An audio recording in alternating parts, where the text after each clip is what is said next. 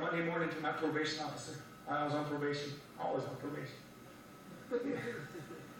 Long time on probation. I didn't like being on probation. They always made me when I come to see him. I went down there, my wife just met this man. This, what, a month ago? I was 17, I went in there.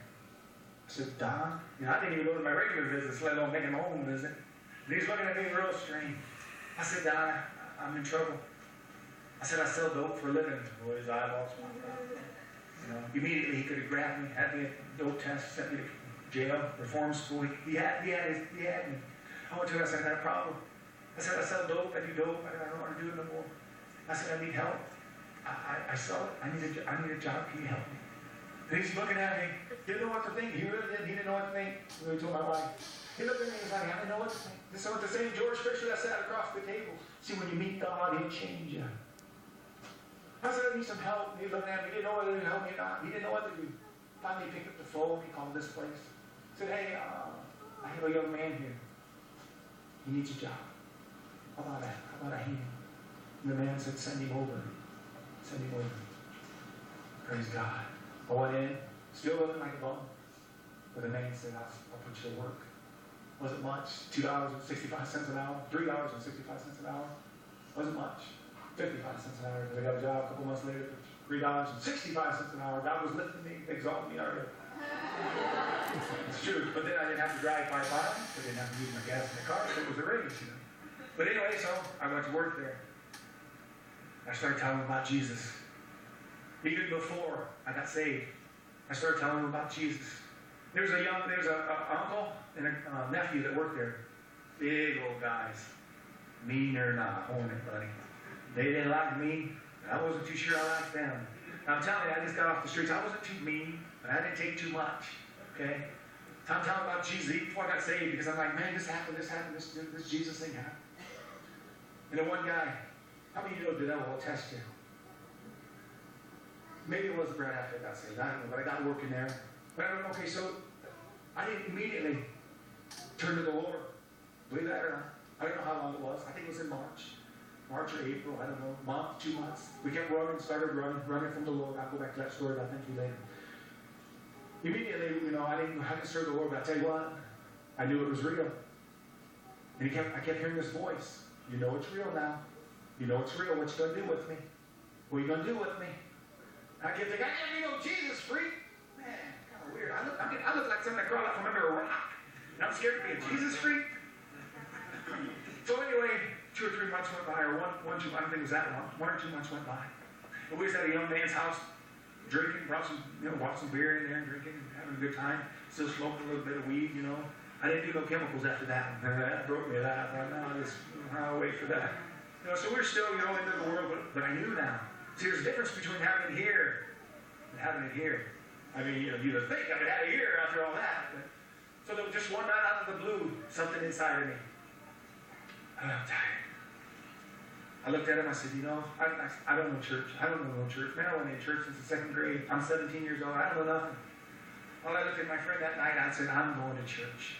I didn't know, I had no idea. I didn't know if I was just going to go sit on the step or what. But God works. He's so gracious. The guy's house that we was at, he looked at me and he said, you know what? He said, my dad's a pastor. He says, looked at his clock, watch. He said, this is Wednesday night. He said, matter of fact, they got church going on right now. Isn't that funny how God is? They got church going on right now. I said, where's it at? I'm going. I just knew I had to go. I was tired. I knew I'm in trouble. And I looked at my friend Bob that had the vision. I said, you going to go with me? I ain't going to church. I said, well, I'm going myself then. So he looked at me. We did everything together. And he looked at me and said, I'll take you. So I said, I didn't even know where I was. So we got into his car. I'm almost done. We got into his car. We was driving. We went to the church. Let me tell you one little story real fast. The pastor's wife, I met her at this man's house, her son's house, a couple months before this. I didn't know who she was. Didn't know she was a pastor's wife. Didn't know anything like that. But it was winter. I don't like winter. I don't like cold. I can stay inside and let you guys do the work outside. It don't matter. Any ladies shovel the grass. The grass. I don't care. I don't like cold.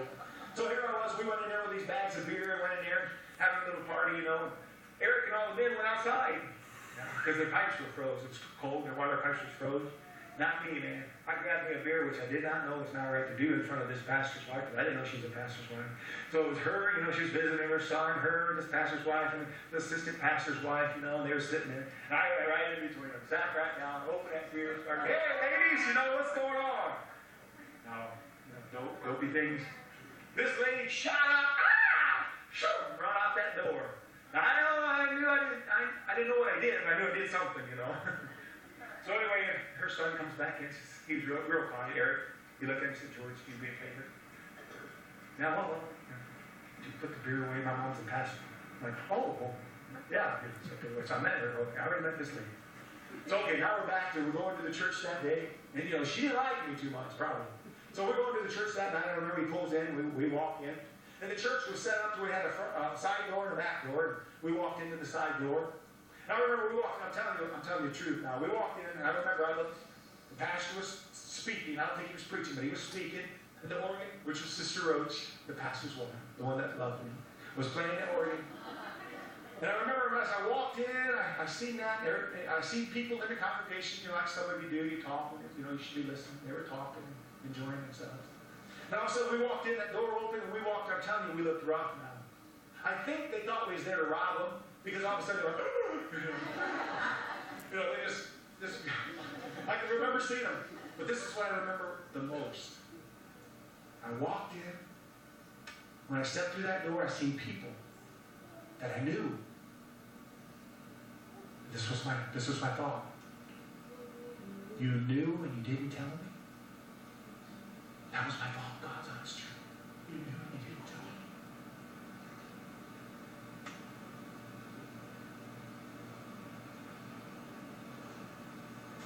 I don't need to say any more about that, do I? So we walked in, went to the back of the crowd, we sat down in the back. Preacher started preaching, started talking, organ started playing. And people kind of got their purses real close. All of a sudden, I didn't know nothing about this stuff. All I know is I seen this guy stand up there.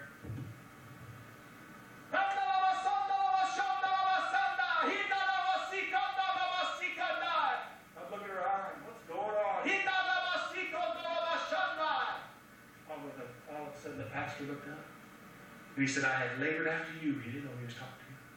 I have labored after you. I won't forget the words. I have labored after you for many days, but you would not answer. Since you came tonight, you can't be saved. I remember them words. Now, buddy of mine looked at me and he's like, hit me like this. He goes, that's for us. Let's go. So he got up. He got out of the aisle and started walking down the aisle. I didn't know what to do. I just followed him. He knelt, so I knelt. This was my prayer. Help me. And something lifted off of me. I was changed. Something happened in here. I was changed. I didn't need drugs. The Lord delivered me. Something happened. I died and I rose again. I was a new person. Something happened. I said, God, it was like the weight of the world was shifted. It was gone. It was gone. I remember I jumped out, I screamed, and a big place went boom. The Holy Ghost hit that place. The people started, the Holy Ghost, they were rolling in the aisles, they were jumping up and down. They were freaking out, they were hanging from the chandeliers. Exaggeration.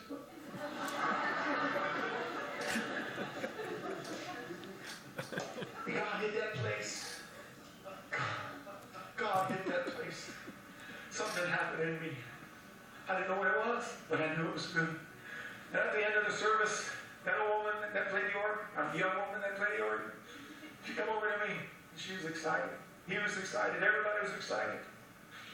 He took me in the back of the room, took me in the back of the, I didn't know nothing about church.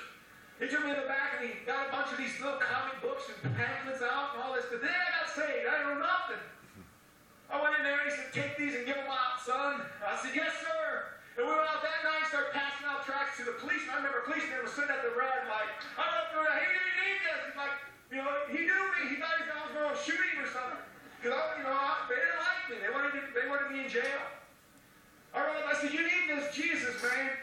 And God, for a moment, shook that town in defiance. He shook them because the two old drug addicts 2 drug addicts that God reached down and touched. But I had to have someone tell me about this Jesus before it could be planted in my heart, before my life could change. That's why we're asking you today that you back us to Florida.